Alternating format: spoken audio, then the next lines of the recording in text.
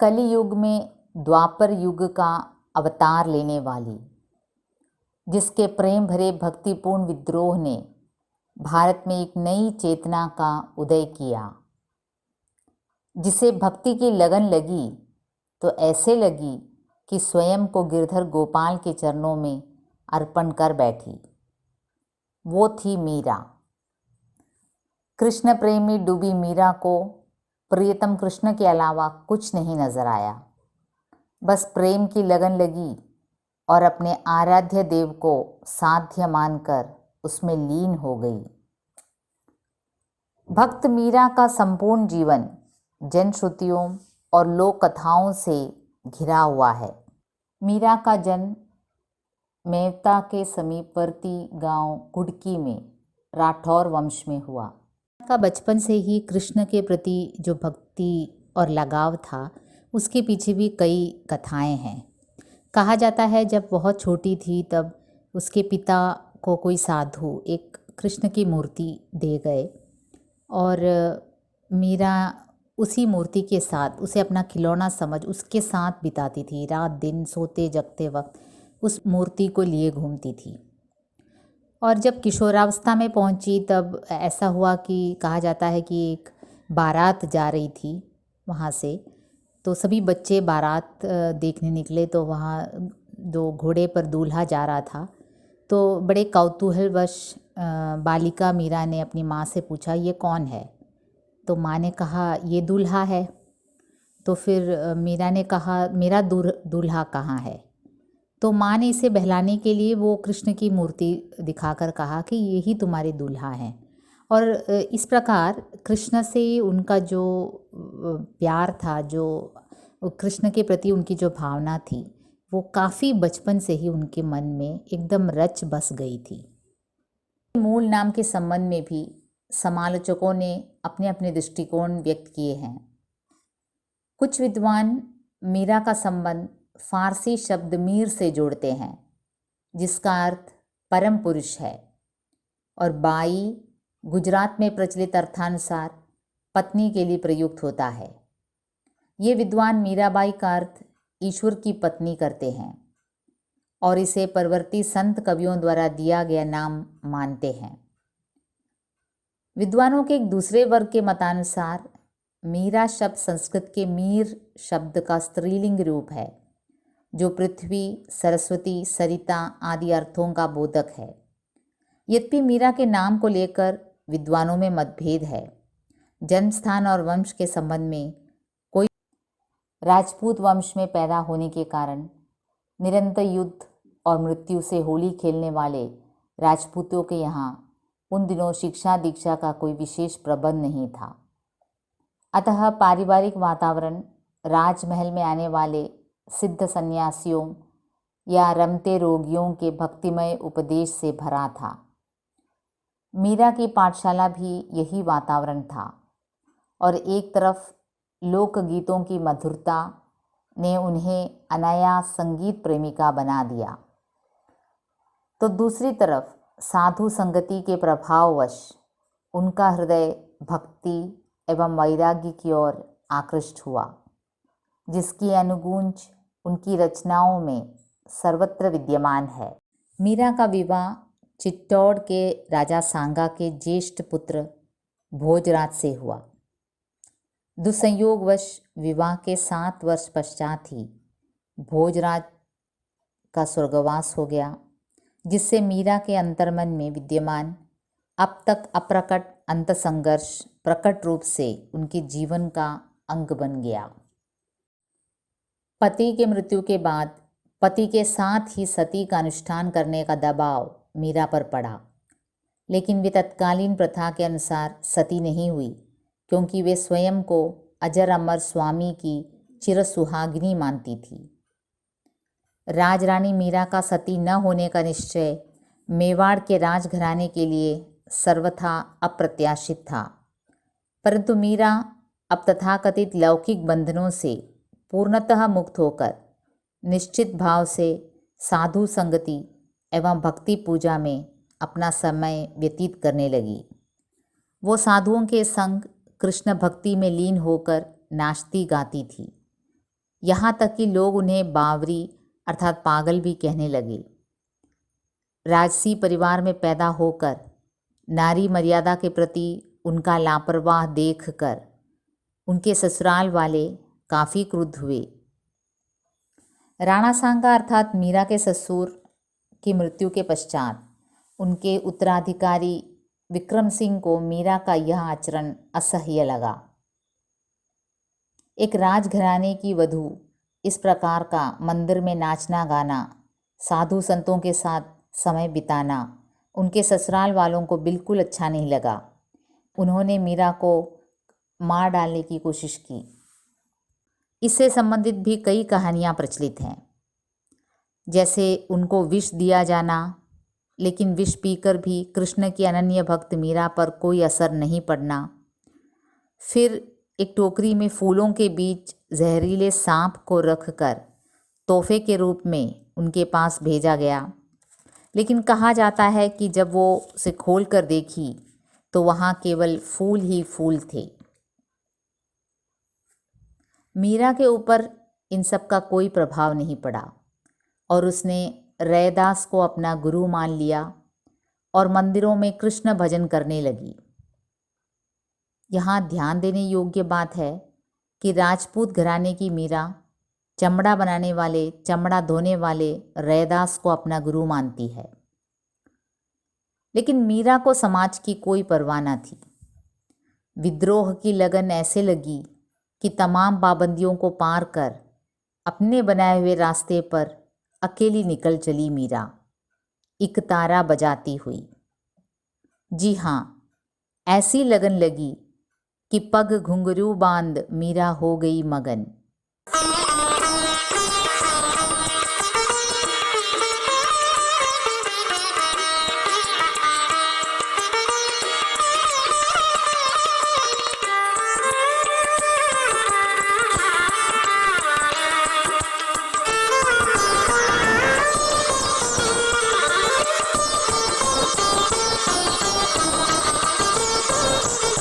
पग घुंघरू बांध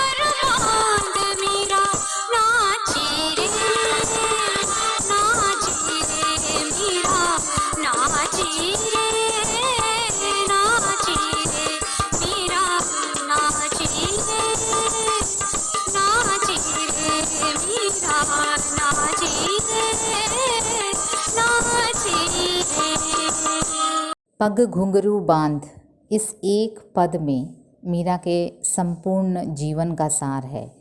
उनका कृष्ण के प्रति प्यार, समाज के प्रति, समाज जो उनके बारे में कहता है उसके बारे में परवाह ना करना, ये सब इस एक पद में निहित है। पग घुंघरू बांध मीरा नाची रे, मैं तो मेरे नारायण की आप ही हो गई दासी रे। पग घुंघरू बांध मीरा नाची रे, लोग कहे मीरा भई बावरी, न्यात कहे कुलनासी रे। पग घुंघरू बांध मीरा नाची रे, विष का प्याला राणाजी भेजिया, पीवत मीरा हाँसी रे। पग घुंघरू बांध मीरा नाची रे, मीरा के प्रभु गिरधर नागर सहज मिले अविनाशी रे। पग घुंघरू बांध मीरा नाची रे। पग घुंघरू बांध कर, पग में मतलब अपने पैरों में, घुंघरू बांध कर, जो होता है डांस करते वक्त हम घुंघरू बांधते हैं, उसे बांध कर मीरा तो नाचती है।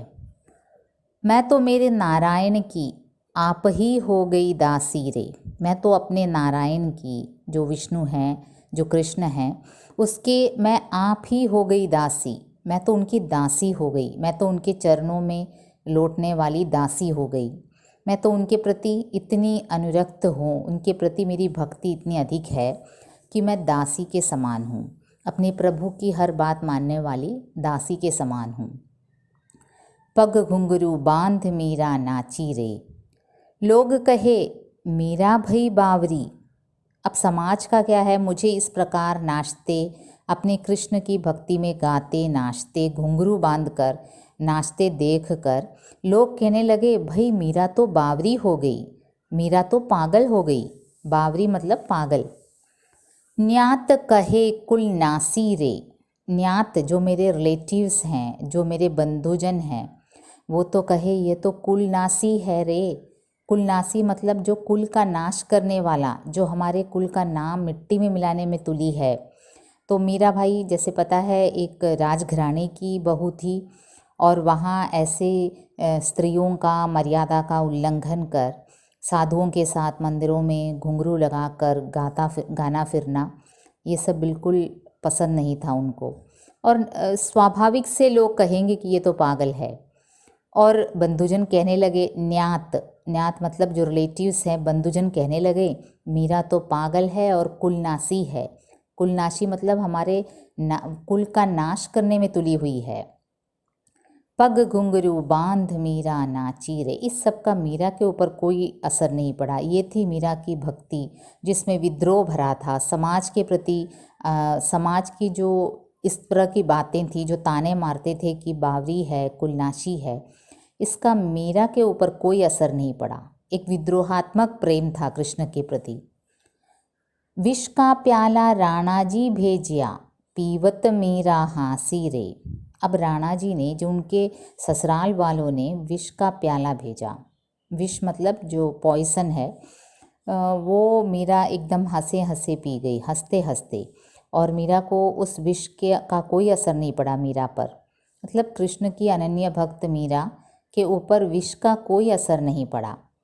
पग घुंघरू बांध मीरा नाची रे, वो तो अपने नाच में मगन थी, घुंघरू बांध कर कृष्ण के भक्ति में वो लीन होकर नाचती गई। मीरा के प्रभु गिरधर नागर सहज मिले अविनाशी रे।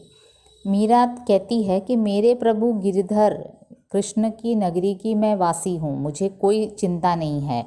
चाहे कोई मुझे विष पिलाए, चाहे कोई मुझे पागल कहे, कुलनासी कहे, मेरे ऊपर कोई असर नहीं पड़ता, क्योंकि मैं यहाँ की वासी, इस नगर की वासी हुई नहीं, मैं तो गिरधर नगर की वासी हूँ। और सहज मिले अविनाशी रे, और मेरे कृष्ण कैसे हैं? अविनाशी हैं, जिसका नाश नहीं किया जा सकता। तो ऐसे कृष्ण की मैं दासी हूँ, तो फिर मुझे डरने की क्या बात है। पग घुंघरू बांध मीरा नाची रे, मीरा तो फिर भी ये सब सुनने पर भी अपने पाँव में घुंघरू बांध कर नाचती है, कृष्णमय हो जाती है। यही इस पद का सार है। इसका आस्वादन, अब आप अर्थ तो समझ गए होंगे, इसका आस्वादन उस भजन को एक बार फिर सुनकर कीजिए। कृष्ण भक्ति द्वारा मीरा ने स्वयं इतिहास रचा। समर्पण के सबसे बड़ी मिसालों में से एक है मीरा। कृष्ण की खोज में वह कृष्ण की प्रिय स्थल वृंदावन चली गई और बाद में वहाँ से द्वारका में ही उनका अंत हुआ। अंत भी चमत्कारपूर्ण है। कहा जाता है वो कृष्ण की मूर्ति में समा गई। मीराबाई द्वारा रचित कही जाने वाली पूर्ण या अपूर्ण जो रचनाएं प्राप्त हैं उनकी कुल संख्या 11 है। गीत गोविंद की टीका, नरसी जी का मायरा, राग सोरठा का पद, राग गोविंद, स्फुट पद आदि। इनमें से केवल स्फुट पद ही मीरा की प्रामाणिक रचना मानी जाती है। और अगर मीरा के काव्य की भाषा पर ध्यान दें तो उसमें सामान्यतः राजस्थानी मिश्रित ब्रज भाषा है। उनके पदों में गुजराती भाषा का विशेष पुट है। खड़ी बोली और पंजाबी का भी उनकी कविता में पर्याप्त प्रभाव दिखाई देता है। संक्षेप में कह सकते हैं मीराबाई का काव्य उनके हृदय से निकले सहज प्रेमोच्छ्वास का साकार रूप है। भक्ति द्वारा मीरा ने स्वयं इतिहास रचा। मीरा ने संसार में भक्ति और प्रेम का ऐसा जोत जलाया जिसे आज तक किसी ने नहीं जलाया। तभी तो एक सामान्य सी स्त्री का नाम भगवान से जोड़ दिया गया।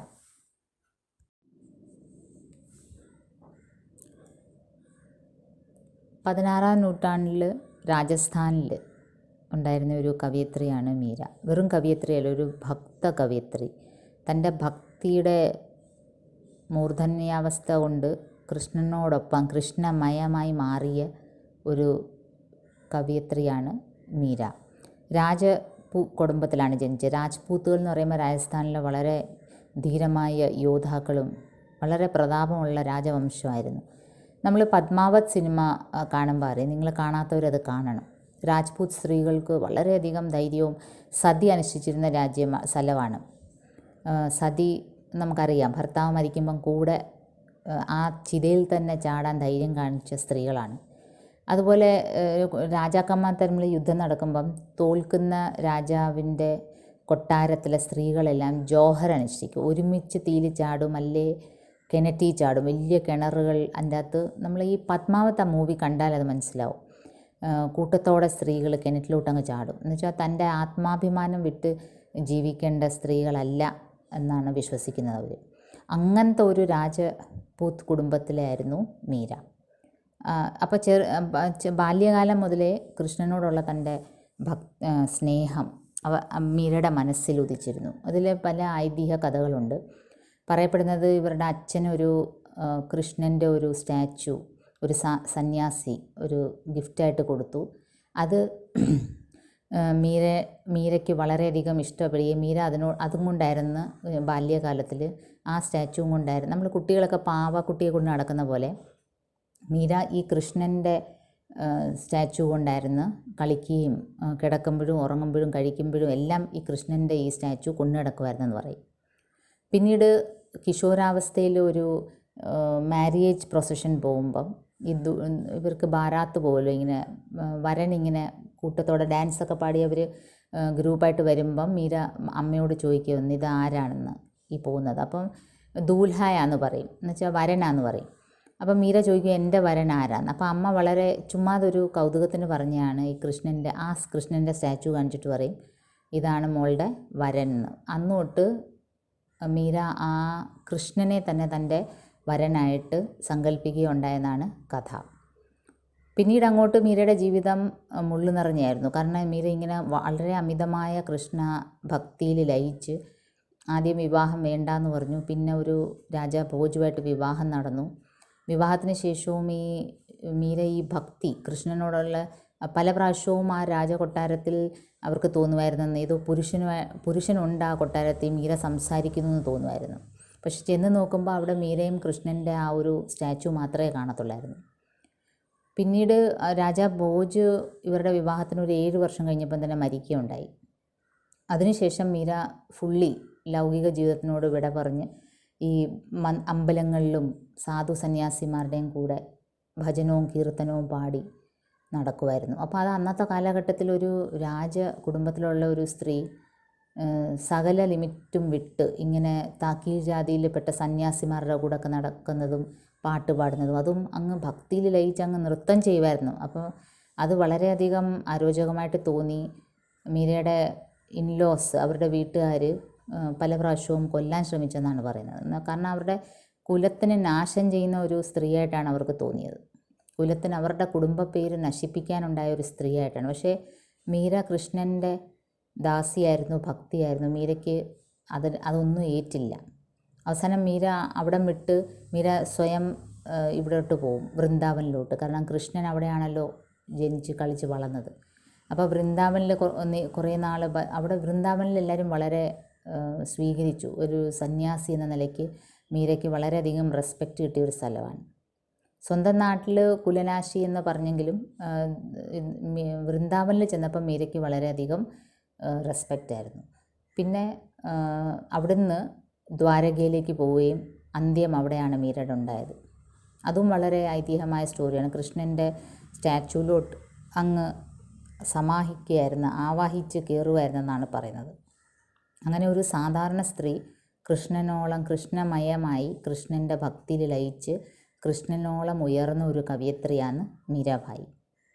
ലാംഗ്വേജ് നോക്കുകയാണെങ്കിൽ ഈ പദത്തിൽ രാജസ്ഥാനി, ബ്രജ്, പഞ്ചാബി അങ്ങനെ മിക്സ് ലാംഗ്വേജാണ് പദത്തിൽ ഉപയോഗിച്ചിരിക്കുന്നത്. പിന്നെ മീരയുടെ അടുത്ത് പറയുന്ന 11 രചനകളുണ്ട്.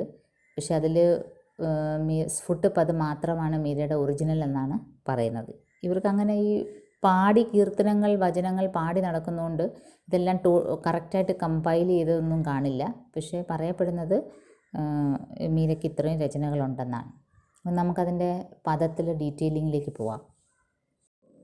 പഗ് ഘുംഗരു ബാന്ധ്, ഈ ഒരു ഒറ്റ പദത്തിൽ മീരയുടെ ജീവിതത്തിലെ കൃഷ്ണനോടുള്ള തൻ്റെ അഗാധമായ ഭക്തി, സമൂഹത്തോടുള്ള തൻ്റെ അവജ്ഞ എല്ലാം ഇതിൽ പ്രകടിപ്പിക്കുന്ന ഒരു പദമാണിത്. വളരെ ഫേമസ് ആയിട്ടുള്ളൊരു പദമാണ്. പഗ് ഘുംഗരു ബാന്ധ് മീര നാച്ചീരേ. പഗ് മീൻസ് നമ്മുടെ കാലിൽ ചെലങ്ക കെട്ടി, ഘുംഗുരു ചെലങ്ക, കാലുകളിൽ ചെലങ്ക കെട്ടി മീര നാച്ച് കർത്തി ഹെ, ഡാൻസ് ചെയ്യാണ്, നൃത്തം ചെയ്യാണ്. मैं तो मेरे नारायण की आप ही हो गई दासी रे. मैं अपने नारायण की, मेरे कृष्ण की मैं खुद ही दासी बन गई. आप ही हो गई, मैं अपने आप, किसी के വേറെ ആരുടെയും ഫോഴ്സ് ചെയ്തിട്ടില്ല, വേറെ ആരും ഫോഴ്സ് ചെയ്തിട്ടില്ല, ഞാൻ സ്വയം കൃഷ്ണൻ്റെ ദാസിയായി മാറി.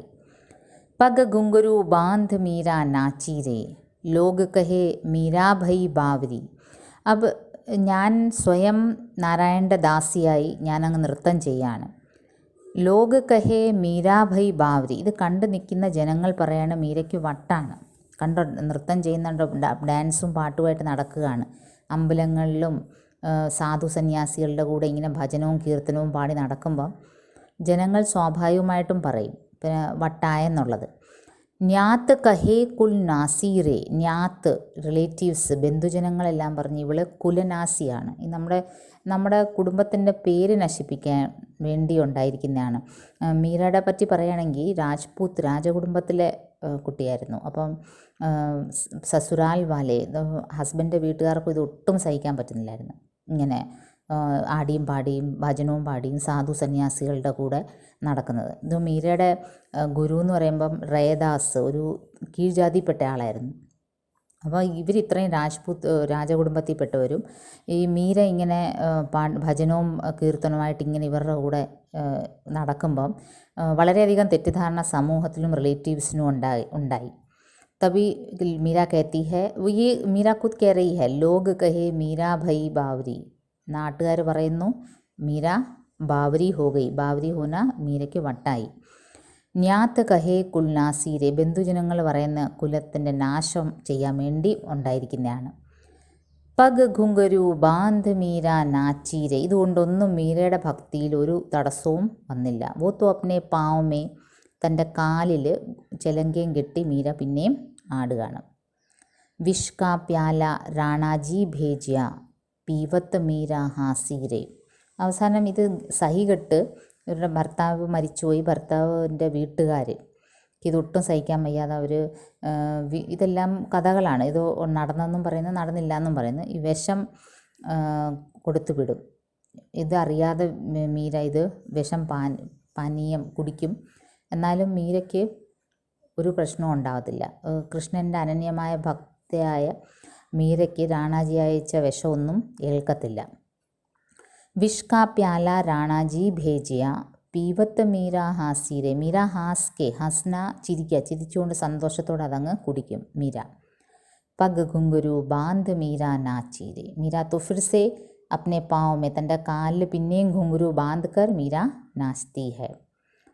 മീര കെ പ്രഭു ഗിരിധർ നാഗർ സഹജ് മിലെ അവിനാസിരെ. മീരയുടെ പ്രഭു ഗിരിധർ നാഗറാണ്. ഗിരിധറിൻ്റെ നഗരത്തിലാണ്, കൃഷ്ണൻ്റെ വാസസ്ഥലത്താണ്. അപ്പം മീര അവസാന കാലഘട്ടത്തിൽ തൻ്റെ വാസസ്ഥലത്തു നിന്ന് മാറി വൃന്ദാവനിൽ ആദ്യം പോയി. കാരണം കൃഷ്ണൻ അവിടെയായിരുന്നു പണ്ട് ജീവിച്ചിരുന്നത്. വൃന്ദാവൻ, പിന്നെ അത് കഴിഞ്ഞ് ദ്വാരകയിൽ പോയി. അങ്ങനെ ദ്വാരകയിലാണ് മീര മരിക്കുന്നത്. മരിക്കുന്നതിലും ഒരു ഐതിഹ്യമുണ്ട്. പറയുന്ന കൃഷ്ണൻ്റെ സ്റ്റാച്യൂയിലേക്ക് അങ്ങ് സമാഹിക്കുകയായിരുന്നെന്നാ. ഡെഡ് ബോഡിയായിട്ട് കണ്ടില്ല, കൃഷ്ണൻ്റെ ആ ഒരു മൂർത്തി ഒരു സ്റ്റാച്യൂവിലങ്ങ് ആവാഹിച്ചെടുക്കുകയായിരുന്നെന്നാണ് പറയുന്നത്. ഓർ സഹജ് മിലെ അവിനാസിരെ. എൻ്റെ ഗിരിധർ നാഗർ, എൻ്റെ ഗിരിധർ, എൻ്റെ കൃഷ്ണൻ അവിനാശിയാണ്. ജിസ്ക നാശ് നഹി കിയാ ജാ സകെ. എനിക്ക് വളരെ നിസ്സാരമായിട്ട് കൃഷ്ണൻ്റെ ആ ഒരു ഐശ്വര്യം കിട്ടിയിട്ടുണ്ട്. ജോ അവിനാശി ഹെ. ആർക്കും അങ്ങനെ നശിപ്പിക്കാൻ പറ്റാത്ത ഒന്നാണ് കൃഷ്ണൻ്റെ ഭക്തി. പഗ് ഘുങ്കുരു ബാന്ത് മീര നാച്ചീരെ. മീരയ്ക്ക് ഇതൊന്നും ഒരു തടസ്സമല്ല. സമൂഹം എന്ത് പറയുന്നു, വീട്ടുകാരെന്ത് പറയുന്നു, നാട്ടുകാരെന്ത് പറയുന്നു. കാരണം മീര ഈ ലോകത്തിലെ സിറ്റിസനെ അല്ല. മീര ഗിരിധർ നാഗർ ഹെ. ഗിരിധറിൻ്റെ സ്ഥലത്തിലെ താമസക്കാരിയാണ്. അപ്പം ഗിരിധർ അവിനാശിയാണ്. ഗിരിധറിനെ ആർക്കും നശിപ്പിക്കാനൊക്കത്തില്ല. അപ്പോൾ പിന്നെ മുझे എനിക്ക് ടെൻഷൻ അടിക്കേണ്ട കാര്യമില്ല. मैं तो अपने पाँव में घुंघरू बांध कर नाचूंगी. ഞാൻ എൻ്റെ കാലുകളിൽ ചെലങ്കയും കെട്ടി ഞാൻ എൻ്റെ ഭക്തിയിൽ ലയിച്ച് നൃത്തം ചെയ്യും. എനിക്കാരെയും ഒന്നിനെയും ഓർത്ത് ടെൻഷൻ അടിക്കേണ്ട കാര്യം ഇല്ല. ഇപ്പോൾ ഈ ഒരു പദത്തിൽ നിന്ന് നിങ്ങൾക്ക് അതിൻ്റെ മീരയുടെ ഭക്തിയുടെ തീവ്രത, അതുകൊണ്ട് തന്നെയാണ് ഒരു സാധാരണ സ്ത്രീയായ മീര കൃഷ്ണൻ്റെ ഒപ്പമാണ് മീരയ്ക്ക് സ്ഥാനം കൊടുത്തിരിക്കുന്നത്. അവിടെ ഇതിനുള്ള നമ്മൾ ക്ലിപ്പിങ്സിൽ കാണിച്ചിരുന്നല്ലോ, അമ്പലത്തിൽ കൃഷ്ണൻ്റെ അതേ അമ്പലത്തിൽ മീരയുടെ സ്റ്റാച്ചു ഉണ്ട്. മീര ഉപയോഗിച്ചിരുന്ന ഒരു ഏക് താര, ഒരു വള്ളിയുള്ള ഒരു വീണ പോലത്തെ ഏക് താര എന്ന് പറയും. അപ്പോൾ അത് വെച്ച് ഭജൻ ചെയ്യുന്ന മീര, ഒരു സാധാരണ സ്ത്രീ, കൃഷ്ണനോടുള്ള അമിത ഭക്തി കാരണം അങ്ങ് കൃഷ്ണനോളം ഉയർന്ന ഒരു കവയിത്രിയാണ് മീര. അപ്പോൾ ഇതിൽ നിങ്ങൾക്ക് ഇത് ആസ്വദിക്കണമെങ്കിൽ ആ ഭജൻ ഒന്നുകൂടെ കേൾക്കണം. ഇതിപ്പോൾ നിങ്ങളുടെ ഇതിൻ്റെ മീനിങ് മനസ്സിലായല്ലോ. അപ്പോൾ വളരെ മനോഹരമായിട്ട് പാടിയ ആ ഭജൻ ഒന്നുകൂടെ കേട്ടിട്ട് നിങ്ങളത് ഇതിൻ്റെ ആസ്വാദനം ചെയ്യുക. ഇത് പഠിക്കാനുള്ളതല്ല, കീറി മുറിച്ച് പഠിക്കാനുള്ള ഒരു പദമല്ല. ആസ്വദിച്ച് കൃഷ്ണനോടുള്ള തൻ്റെ ഭക്തി മീര കാണിക്കുന്നത്, അത് ലയിച്ച് അത് മനസ്സിലാക്കുക.